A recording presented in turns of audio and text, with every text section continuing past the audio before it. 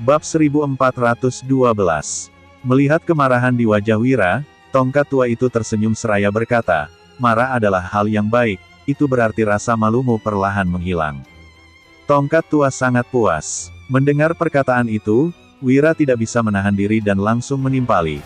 Aku pasti tidak akan belajar lagi darimu. Aku ingin pergi dari sini. Lelaki tua itu menjawab, oke, aku tidak akan menahanmu, tapi, apakah kamu bisa pergi? Wira yang mendengar perkataan itu sangat marah dan wajahnya tampak sangat jelek. Setelah berpikir beberapa saat, Wira merasa bahwa dia harus menjinakkan lelaki tua ini terlebih dahulu. Kalau begitu, aku akan belajar. Bisakah kamu membuka titik akupunkturku sekarang? Petik 2. Mendengar ini, lelaki tua itu tersenyum, oke, sudah beres. Dia langsung membuka titik akupuntur Wira. Dalam sekejap, Wira melarikan diri kembali ke kamar, mengganti pakaiannya, dan pergi tanpa mengucapkan sepatah kata pun. Hei, bukankah kamu mengatakan bahwa kamu ingin tinggal di sini dan mempelajari keterampilan tongkat dariku? Ketika lelaki tua melihat Wira yang hendak melarikan diri, dia tidak bisa menahan diri untuk tidak berteriak. Wira menjawab seraya mendengus dingin, saya hanya berbohong. Kamu lelaki tua yang tidak benar, aku tidak akan belajar darimu. Petik 2. Hanya karena ingin mengajariku, kamu membuatku kehilangan muka sebesar itu. Aku belum pernah merasa begitu malu seumur hidupku. Wira berbicara dengan kesal. Ketika lelaki tua itu mendengar ini, dia tersenyum, lalu berkata, tidak buruk, aku menyukainya. Kamu sebenarnya juga memiliki sifat yang tidak tahu malu. Ini adalah inti dari teknik tongkat sekteku. Petik 2. Apa yang dikatakan Hasto memang benar.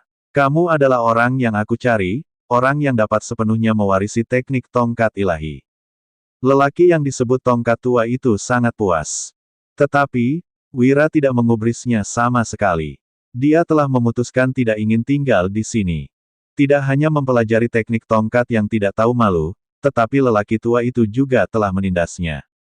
Wira bergegas pergi tanpa menoleh ke belakang sedikitpun. Melihat Wira yang hendak melarikan diri, lelaki tua itu tiba-tiba menjadi cemas. Tanpa berbicara sepatah kata pun, dia dengan cepat melangkah maju dan menghentikan langkah Wira. Sebelum Wira bisa melarikan diri, dia melihat lelaki tua itu membungkuk di depannya dan tidak melepaskannya sama sekali. Melihat pemandangan ini, Wira penuh dengan kekesalan. Dia berkata dengan marah, apa yang kamu lakukan? Jangan hentikan aku ingin pergi dari sini. Minggir. Melihat tekad Wira untuk pergi, lelaki tua itu menjadi lebih cemas lagi. Dia segera menatap Wira dan berkata dengan penuh semangat, jangan pergi. Keterampilan tongkatku sangat kuat. Kamu harus mempelajarinya. Percayalah, selama kamu mempelajari keterampilanku, kamu dapat menggunakannya di masa depan. Kamu akan menjadi orang yang sangat kuat yang bisa mengalahkan siapapun dalam hitungan menit. Semakin Wira mendengarkan kata-kata seperti itu, dia semakin merasa jijik. Sambil menahan amarahnya, Wira berkata dengan dingin, hei, kamu tongkat tua, apakah kamu sangat hebat? Keterampilan tongkatmu tidak tahu malu, aku tidak ingin belajar darimu. Selain itu, seorang yang berstatus sepertiku, jika aku benar-benar mempelajari dan memukul selangkangan seseorang, bukankah itu akan membuatku kehilangan muka? Tongkat tua itu melambaikan tangannya dan berkata dengan santai, ini bukan apa-apa. Petik 2. Aku telah berkeliling dunia selama bertahun-tahun, siapa yang belum pernah melihat keterampilan tongkatku? Dan lagi, yang paling penting adalah mengatasi musuh dengan sekali pukulan. Selama kamu mempelajarinya, aku jamin kamu bisa menghadapi semua musuhmu dengan cepat, jadi, kamu jangan pergi. Menurutku kamu sangat memenuhi syarat dan berbakat untuk mempelajari teknik tongkat ilahiku. Apa-apaan ini? Wira menjadi semakin bingung saat mendengar perkataan lelaki tua itu. Dia benar-benar tidak tahu apakah yang dikatakannya itu untuk membujuknya atau memuji dirinya sendiri. Jadi, dia hanya bisa melambaikan tangannya tanpa daya dan berkata dengan serius, dengarkan aku akan memberitahumu satu kali lagi. Petik 2. Aku tidak akan pernah belajar darimu, kamu ingin sujud sampai mati, itu urusanmu, dan tidak ada hubungannya denganku. Setelah mendengar perkataan Wira, tongkat tua itu mengedipkan matanya, lalu berpura-pura sedih. Baiklah, karena kamu ingin pergi, aku tidak akan menghentikanmu, anggap saja kita tidak berjodoh. Ayo minum segelas anggur dulu, setelah itu, kita akan menempuh jalan yang berbeda, bagaimana? Setelah berbicara, lelaki tua itu mengeluarkan anggur, lalu menuangkannya ke dalam 2 gelas. Bab 1413. Hanya saja, Wira tidak pernah menyangka dia akan pingsan setelah meminum segelas anggur ini. Di hari-hari berikutnya, Wira benar-benar terpaksa mengikuti pelatihan. Dia tahu bahwa teknik tongkat yang dia pelajari tidak ada bandingannya di dunia, tapi, itu terlalu vulgar dan dia tidak menyukainya sama sekali. 3 bulan berlalu dengan tenang, pelatihan Wira akhirnya telah berakhir. Di pegunungan, di kedalaman hutan tersembunyi kerajaan Agrel, sebuah sekte kecil bernama Sekte Gunung Hitam telah berada di sini selama bertahun-tahun. Dengan dukungan pemimpin sekte mereka, para murid melakukan apapun yang mereka inginkan. Perempuan di sekitar kota tidak berani keluar sama sekali, mereka juga sangat gugup saat berada di rumah, karena takut diracuni oleh sekelompok orang tersebut. Dalam beberapa hari terakhir, Ketua Sekte Gunung Hitam secara khusus menangkap beberapa gadis perawan hanya untuk mendapatkan esensi darah mereka dan membantu dirinya untuk mencapai level yang lebih tinggi. Pada saat ini, Wira telah menyelesaikan pelatihannya di Sekte Tongkat Ilahi dan diminta oleh Hasto untuk datang ke sini untuk menguji hasil pelatihannya selama ini. Sesosok berpakaian hitam melompat dari ketinggian, tongkat di belakangnya membawa penindasan yang tidak dapat dijelaskan. Di siang hari begini, kalian melakukan sesuatu yang sangat kotor dan keji. Sebagai sebuah sekte, kalian tidak melindungi keselamatan rakyat, tetapi kalian malah melakukan kejahatan yang sangat merugikan masyarakat. Adik kecil, bicaramu sangat fasih, tetapi itu hanya seperti baskom yang diisi dengan air kotor. Berhenti bicara yang tidak masuk akal. Wira membenci sampah seperti itu, yang hanya bisa melakukan tindakan merugikan orang lain, namun tetap berusaha bersikap adil dan berintegritas. Sangat tidak tahu malu. Ketua Sekte Gunung Hitam sama sekali tidak meremehkan seseorang yang datang entah dari mana untuk memprovokasinya.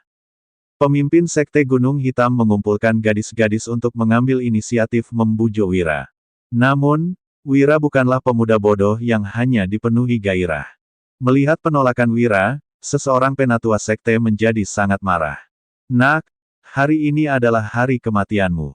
Sebelum kata-kata itu berhasil sepenuhnya diucapkan, dia sudah terpental keluar. Ketua sekte menyaksikan tanpa daya ketika bawahannya menabrak pilar batu bermotif naga di depan aula. Dia bahkan tidak punya waktu untuk muntah darah dan jatuh ke tanah dengan keras, sama sekali tidak sadarkan diri. Nak, kamu menyakiti orangku seperti ini. Jika aku hanya menutup mata, akan ada momok lain yang akan datang di masa depan. Petik 2.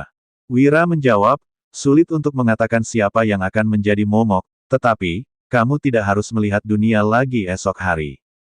Wira terus bergerak di antara kerumunan, setiap gerakan yang dia lakukan, terlihat jelas melalui murid sekte yang terus terpental. Meskipun ekspresi pemimpin sekte sangat tenang, tetapi dia merasa sangat terkejut di dalam hatinya. Walaupun dia memiliki kekuatan di tahap astrik tingkat menengah dan telah mendominasi hutan pegunungan ini cukup lama, tetapi saat ini dia tidak mempunyai kepercayaan diri untuk sepenuhnya mengalahkan pria asing di depannya ini.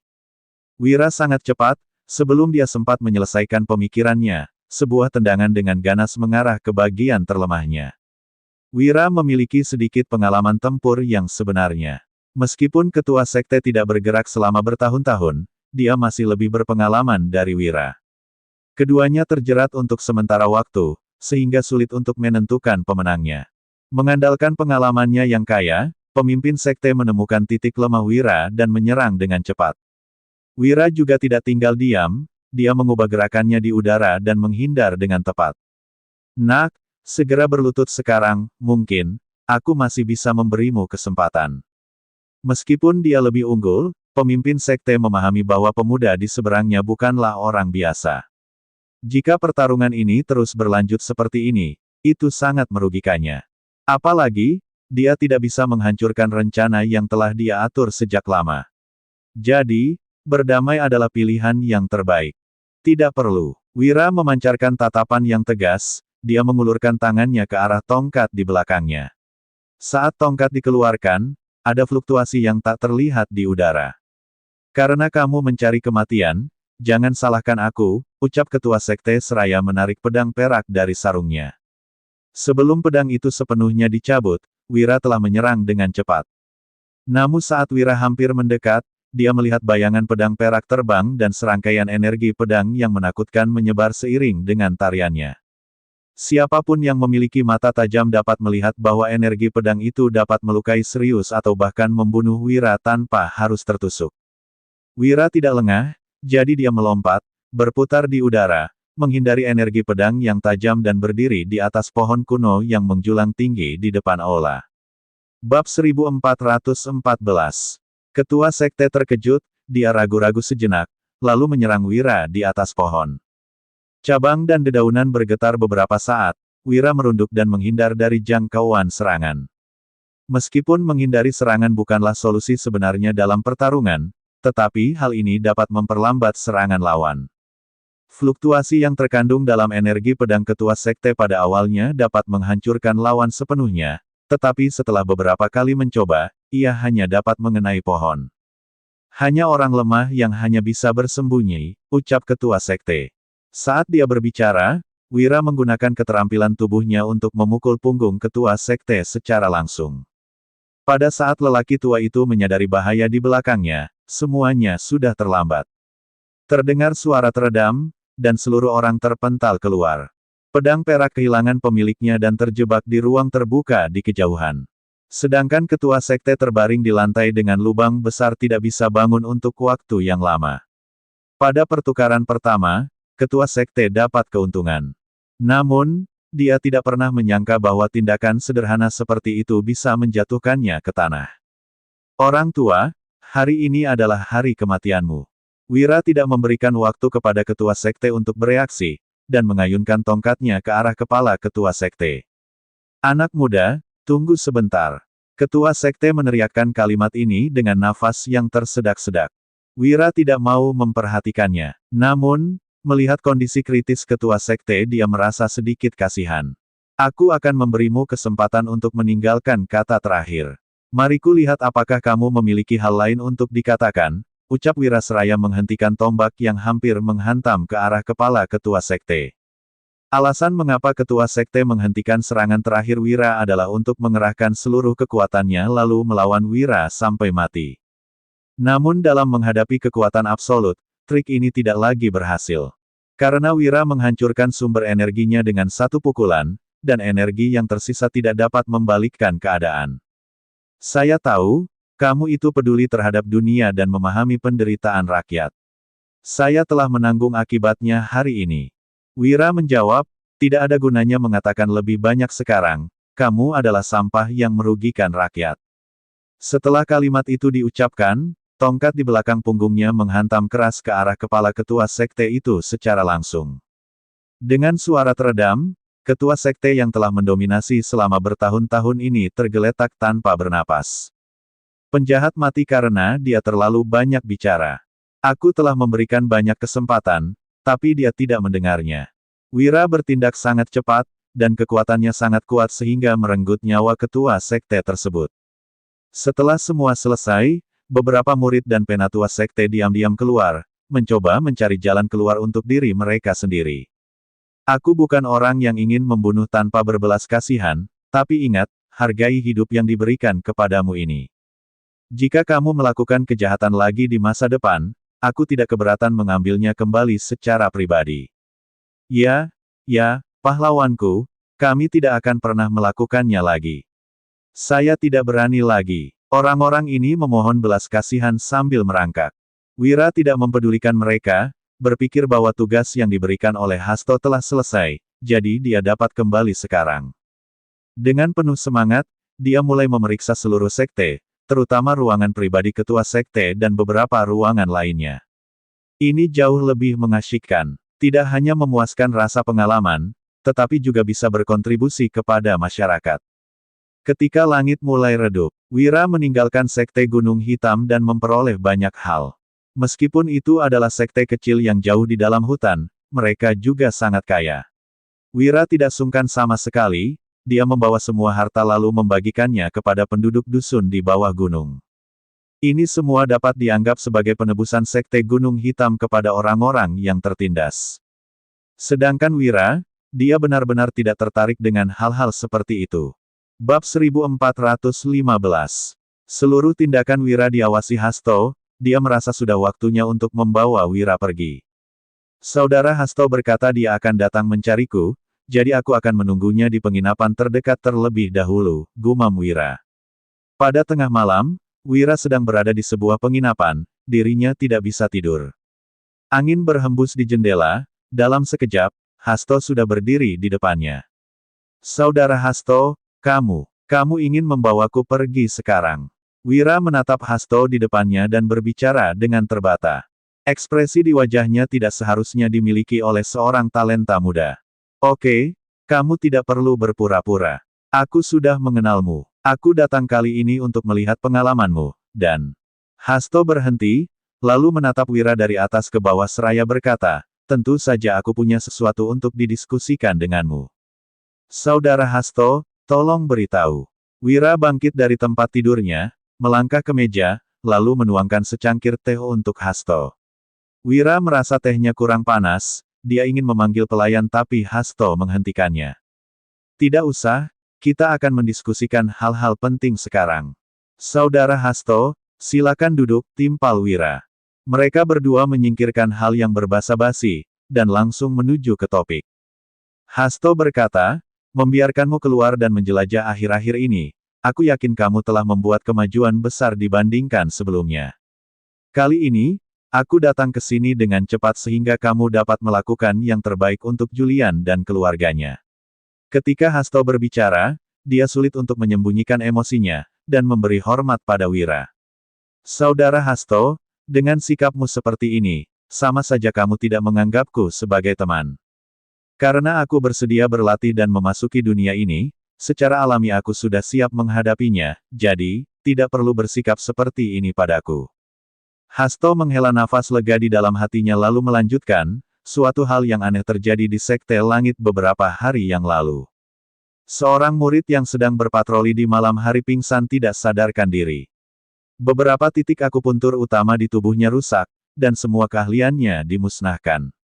Ini aneh. Biasanya, seseorang pasti akan langsung membunuh demi menjaga rahasianya, namun mereka mempunyai maksud lain. Wira berpikir sejenak, lalu berkata, pasti ada yang tidak beres, mungkin mereka sengaja untuk mengalihkan perhatian, atau ini adalah jebakan bagi kita. Petik 2. Mungkin seperti itu, Hasto memiliki pemikiran yang sama dengan Wira. Sebelum aku pergi, aku meminta seseorang untuk perhatikan pergerakan orang-orang ini, mungkin saja kita bisa mendapatkan petunjuk. Petik 2. Sekte Langit sangat tidak stabil akhir-akhir ini. Selain masalah ini, keberadaanmu juga telah bocor. Sebelumnya, orang-orang dari Sekte Gunung datang memprovokasi, dan juga, kepala Sekte memanggil kepala keluarga dari 8 keluarga besar. Pada titik ini, Hasto merasa sedikit kasihan pada Wira. Selama pertemuan inilah, beberapa kepala keluarga menyebutmu. Meskipun mereka tidak mengatakannya dengan jelas, keberadaanmu pasti telah terungkap. Bahkan tampaknya mereka mendapat informasi yang baik. Apa yang terjadi, saudara? Apakah kamu tahu? Tanya Wira. Hasto menatap Wira lalu melanjutkan, saat itu, saya mendengar beberapa kepala keluarga mengusulkan untuk bersaing memperebutkan Julian dan menjadikannya pengantin mereka. Setelah ketua sekte menolak, mereka malah berkata bahwa mereka tidak bisa menaruh harapan sepenuhnya padamu. Bersambung.